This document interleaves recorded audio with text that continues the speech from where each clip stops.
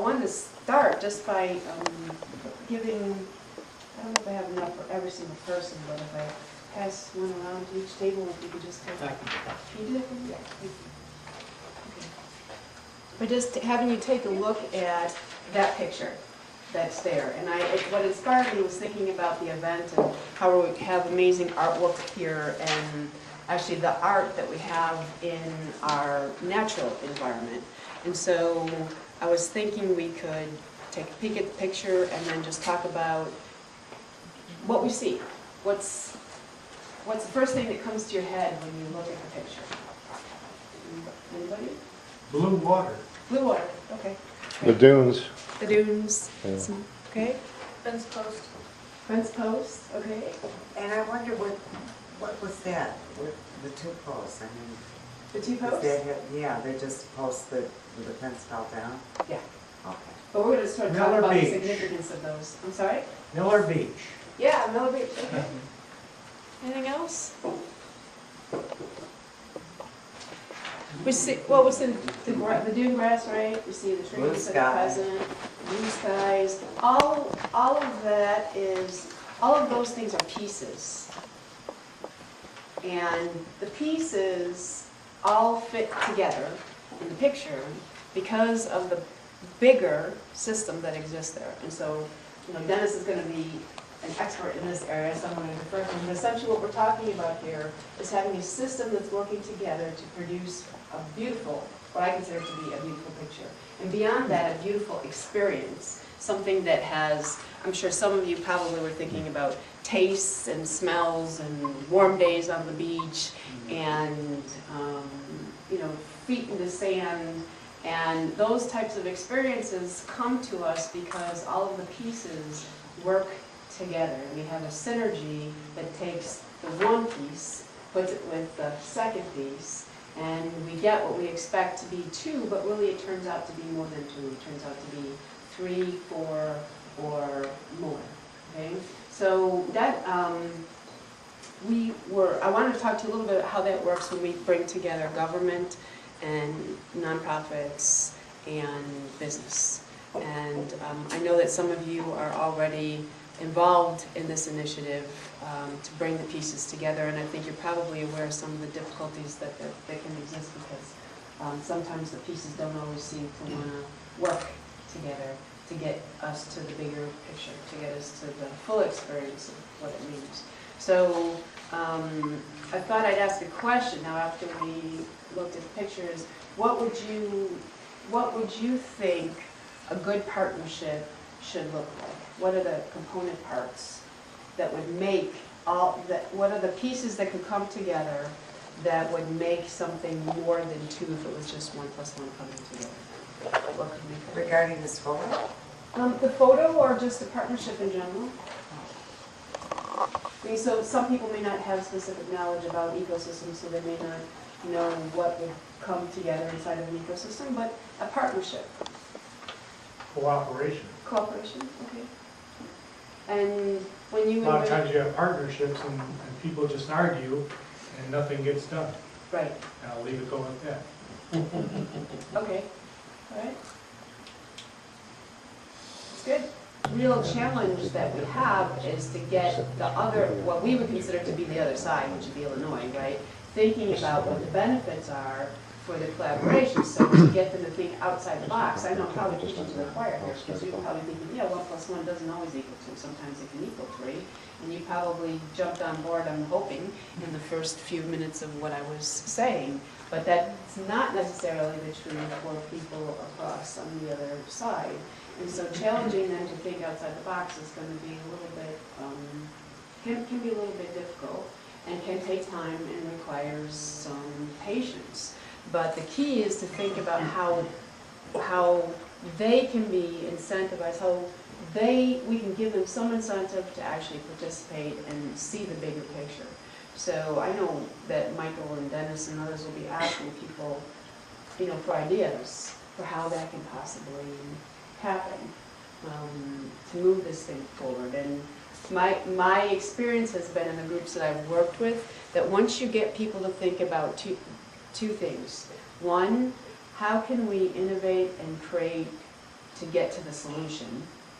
And then two, how can we innovate and create to get to a different outcome than we would have ever expected? So that's like getting the community garden out of the neighborhood, okay? So what would you say? Well, Is it Robert? I believe Bill. that, Bill. I'm sorry, okay, I'm I sorry. believe that probably education Okay, is the thing we have to do. We have to educate the public because they belong to what is known as the me generation, okay? Everything is my house, my yard, my street, my car. Well, what you have to do is just like an unruly horse, okay? You have to catch him below the level of his awareness. And you have to educate him without letting him know that's that what we're he's being taught. That's how you have to do it. okay. I think that's a really important point, and we have the subject here which helps in that process, right? Especially with respect to the kids. So education is absolutely essential. Adults can be a little bit more stubborn though, can't they? It's much easier to stay home and watch like Dancing with the Stars than to come out and start thinking about how to collaborate or to think about changing the way that you're going to be thinking about something. And I keep coming back to the picture and say, well, you know, in the picture, in my limited knowledge, because I'm not a biologist or an ecologist, I'm just a regular old economist and a few other things, I look at the picture and I see parks. And I say, yeah, but the parks couldn't be there, like the dunes can't be there without the lake being there, right? And they can't be there without the wind, which I don't even see, but is so important to this process that's in the picture. And I can't have those particular plans without the other two being present in the picture. So how do we get them to think about a different picture? And like you said, education is critical, and that's wonderful for the kids, but for the adults, I'm really struggling. And so while you were maybe thinking I was going to come here with answers, I'm really sort of coming with some questions and some concerns and some examples. I'm going to give you one or two of successful collaborations that have actually taken place in the region, so maybe that'll also give you a little bit of hope too. So, yeah. I wanted to just throw out a phrase here, plan the plan, not necessarily the outcome. Great. Keep that in mind whenever you're collaborating and trying to get people on board to do things. Because I think a lot of people have a hard time visualizing how it could be different. Right. But if they get involved in the plan, they're more willing to work than to, oh, this is never going to happen, therefore I'm not even going to get involved. Right. Well, that's my interpretation. Basically, you can carry it any way you want, but when you're giving a presentation or talking with a group, plan the plan, not the outcome. Yeah. And that we get focused on outcomes, don't Yeah. we? And Lose collaborate. interest, yeah. Right. And collaboration is about outcomes. So that's how we can convey its importance to people. You know, you get a better outcome with the collaboration. But this is just my personal view, so you can disagree. I think it's really about process.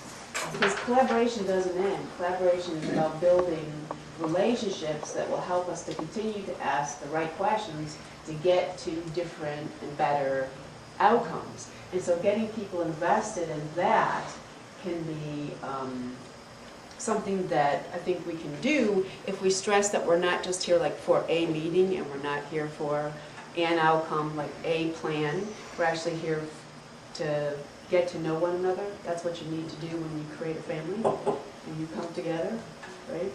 And when you have friendships and you come together, you get to know one another's strengths and weaknesses. You don't have to be the same in the collaboration, but you have to have an understanding of each other in the collaboration, an appreciation of the fact that you're going to be working together over a usually longer period of time than you would if you're just focused on an outcome. Because you might find, like at the dunes, that you have one problem you're trying to solve, but then another problem emerges, and because you have the set of people there who are already vested, trusting each other, working together, understanding one another, that they can then go on to solve the second problem and the third problem and the fourth problem, and move forward. So I'll give 2 examples and I'm going to stop and then I'll take questions. But are many of you familiar with Chicago Wilderness? the organization? Okay. Positive and negative? Yeah, okay. Big So, time positive. big time positive, good. Because I had the same impression. It's really has many of the elements that I've just been talking about. You know, they do have, they are focused on solving immediate problems. They're focused on defining new outcomes. But more importantly, they're focused on building a relationship. They have over 250 different organizations from what I call the region, including Chicago, in the region, that are working together to take a look at how we can restore nature and improve the quality of life for everybody that is working here. And so they're doing this, and have been doing this for a while focusing on 4 initiatives. So they define their goals. They're pretty clear. So they're not just tackling every single problem. They've got some very well-identified initiatives that they've all decided together that they can move forward with reasonably as a collaborative effort. And we have local agencies, we have state agencies, we have federal agencies. We have agencies from Indiana and agencies from Illinois. We have nonprofits that are there, conservation organizations, social organizations, cultural arts organizations. Am I missing anybody here? Corporate, I'm sorry? with Chicago Wilderness? Yeah. Corporate organizations. Corporate organization, yeah, how could I forget that? Businesses involved in that process. And faith-based organizations as well are also involved in that process. So I'm going to leave a sheet here in case you're not familiar with it, and you can also look at their website and take a look. But there's a couple other organizations, one of which I'm involved with in Gary, called CARE, Community Action for a Renewed Environment. We have about 25 different partners that have been working together now for 2 years to address the issue of toxic contamination in the city of Gary. And they just received their second grant of $300,000.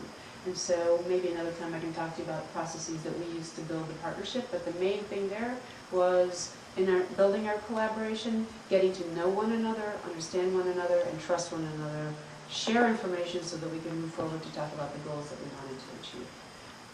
Is it a National Park Service involved in that? They are involved in that. So I can name some of the organizations: National Park Service, U.S. Steel, Indiana University, ministries, various different ministries, community development corporations from Gary, the city of Gary, health departments, IDEM. I mean, it's an amazing coalition of people. And struggled in the beginning. We all sat down at the table and we're sitting there thinking, what does that person want? Why is this person here? You know, are they going to share information with me? What are they really trying to accomplish here? And once we decided that the issue of addressing toxic contamination in Gary was really important, it was amazing, not instantaneous, but it was amazing how slowly people started to offer up their expertise. And in sharing that expertise, we were able to learn about what one another was doing. We built some trust, we came together, and now with the second grant of $300,000, we're going to be addressing healthy homes and contamination in 200 homes in the city of Gary, and educating the public about what it means to become more aware of these particular types of issues. The important point there is that the federal organizations, they're looking for collaboration. They're even requiring collaboration in order to get these grants out into the community. So that's one really successful